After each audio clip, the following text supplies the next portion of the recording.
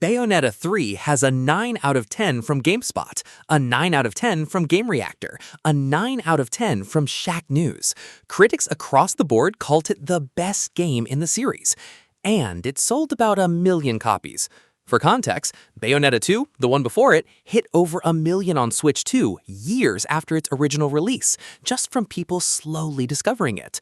Bayonetta 3 launched with years of hype, a Game Awards reveal back in 2017, 5 years of waiting, and it basically matched the numbers of a re-release. So what happened?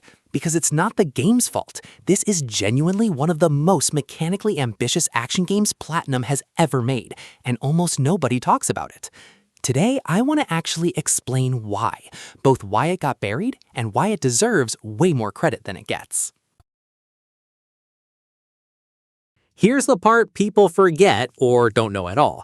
Bayonetta 3 basically had its launch conversation hijacked before the game was even out.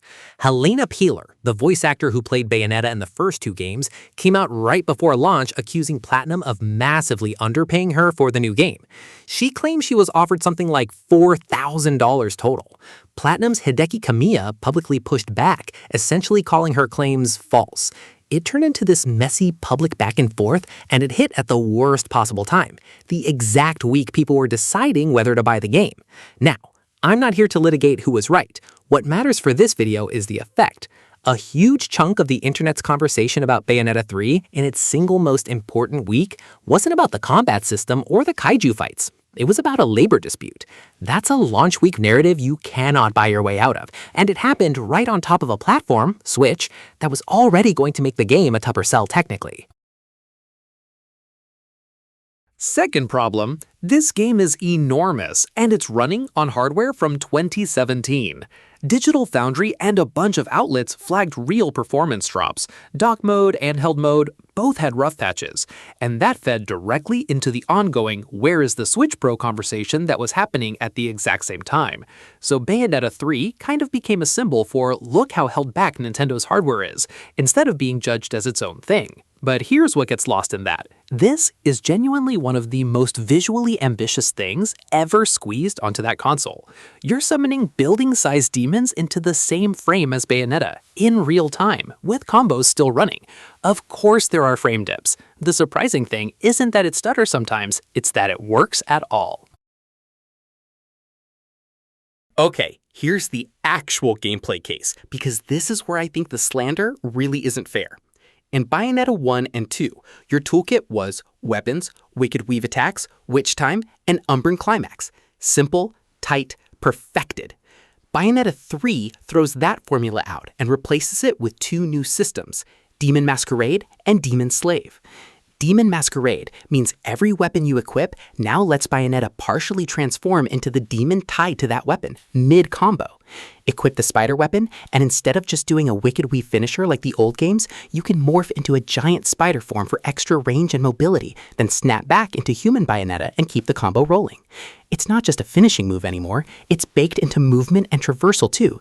You'll be gliding across a level as a harpy 1 second and platforming as a giant frog the next. Then there's Demon Slave, and this is the one people either love or hate. You can summon full kaiju-sized demons, Madama Butterfly, Gamora, directly into the fight, control their attacks in real time, and chain your own combo into theirs. Push the button, giant demon appears and starts wrecking things. Let go, it vanishes instantly, and you're back to normal combat. The trade-off is real. While your demon's out, Bayonetta herself is basically defenseless, so you're constantly making a risk calculation. Do I go big right now, or is this the moment I need to actually dodge? That's not a small addition. That's Platinum rebuilding the core verb set of the entire franchise 3 games in and mostly sticking the landing. And then there's Viola, and I think she's the single most underrated part of the entire game. Here's the thing that makes her genuinely clever design. Bayonetta's whole identity is built around dodging. Perfect dodge, trigger witch time, punish. That's been the DNA of the series since 2009. Viola breaks that completely. She triggers witch time by blocking and parrying instead of dodging. That sounds like a small tweak, but it fundamentally changes your posture in every single fight. With Bayonetta, the optimal playstyle is keep away. Dance around the edges, dodge, punish, retreat. With Viola, you're incentivized to stay in the enemy's face because you need to be close enough to actually catch their hit on your blade. A lot of players said her first hour or two feels clunky compared to Bayonetta's fluid dodging, and that's true, on purpose.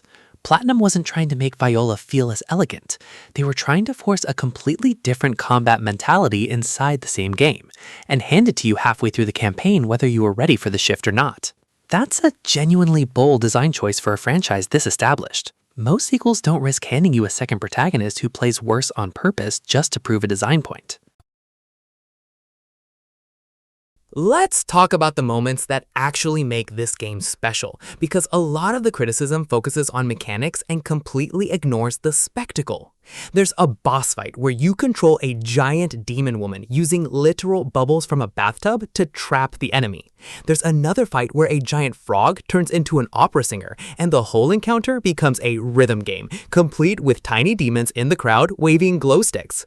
Summoning a building-sized demon lady just to punch a building-sized demon vat mid-combo without even loading a cutscene? That's peak Bayonetta absurdity, cranked up specifically because Platinum knew the multiverse story finally gave them an excuse to go bigger than the first two games ever did. This is a series that's always lived and died on how insane can we make the next 5 minutes, and Bayonetta 3 has some of the most unhinged, genuinely creative set pieces in the whole trilogy. That almost never comes up in the discourse around this game, because the discourse got hijacked by the voice actor controversy and the frame rate conversation instead. Now, to be balanced here, some of the criticism is legitimate, and I'm not going to pretend this game is flawless. Some reviewers pointed out that combat can feel like it's doing too much at once, juggling weapon swapping, demon masquerade transformations, and demon slave summons in the middle of a fight is a genuinely higher cognitive load than the tight punch-kick dodge loop of the earlier games. When you summon a demon, you can't move, so sometimes your own kaiju ends up knocking enemies out of your combo range, which actively works against you instead of helping. And the story leans hard into multiverse territory, introducing alternate versions of Bayonetta and Jean, which some longtime fans felt diluted what made the original characters so iconic in the first place. Those are real complaints. But this game asks a lot of you, and this game is mediocre, are two very different criticisms, and a chunk of the review conversation blurred those together. So here's where I land on it. Bayonetta 3 didn't underperform because the game itself failed. It underperformed because it launched into a perfect storm. A labor controversy that swallowed the pre-launch conversation, a hardware ceiling that made every visual ambition look like a technical liability instead of an achievement, and a story direction that alienated some of the most vocal parts of the existing fanbase before they'd even gotten to the good parts. Strip all of that away and just look at what's actually on screen, a franchise willing to rebuild its own combat identity 3 entries deep, a second protagonist designed to feel genuinely different rather than just reskinned, and some of the most over-the-top boss spectacle Platinum has ever shipped. That's not a game coasting on nostalgia. That's a studio still taking real risks with a 15-year-old formula. If you played it and bounced off early because of Viola's section, I genuinely say go back and give her a real shot. The design clicks once you stop trying to play her like Bayonetta. Let me know in the comments, Bayonetta, Jean, or Viola? Who's actually your favorite to play as? And if you haven't touched this game at all because of everything that happened around launch, this is your sign it's worth judging on its own terms. Subscribe for more of these. I'll see you in the next one.